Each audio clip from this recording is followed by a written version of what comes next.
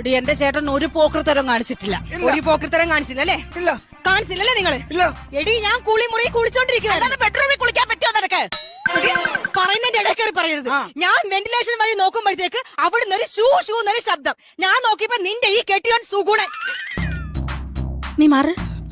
Ready ചേട്ടാ, നിങ്ങൾ ഇവിടെ വെന്റിലേഷനിൽ കൂടെ ഷൂഷു വെച്ചോ?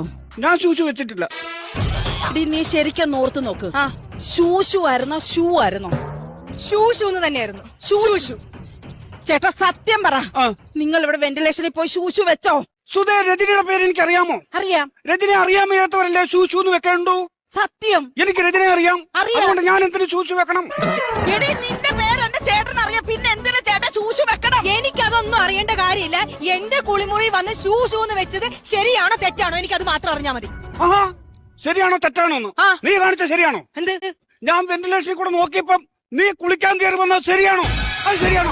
ചോയിലടി. അത് ഞാൻ ചോദിക്കാം.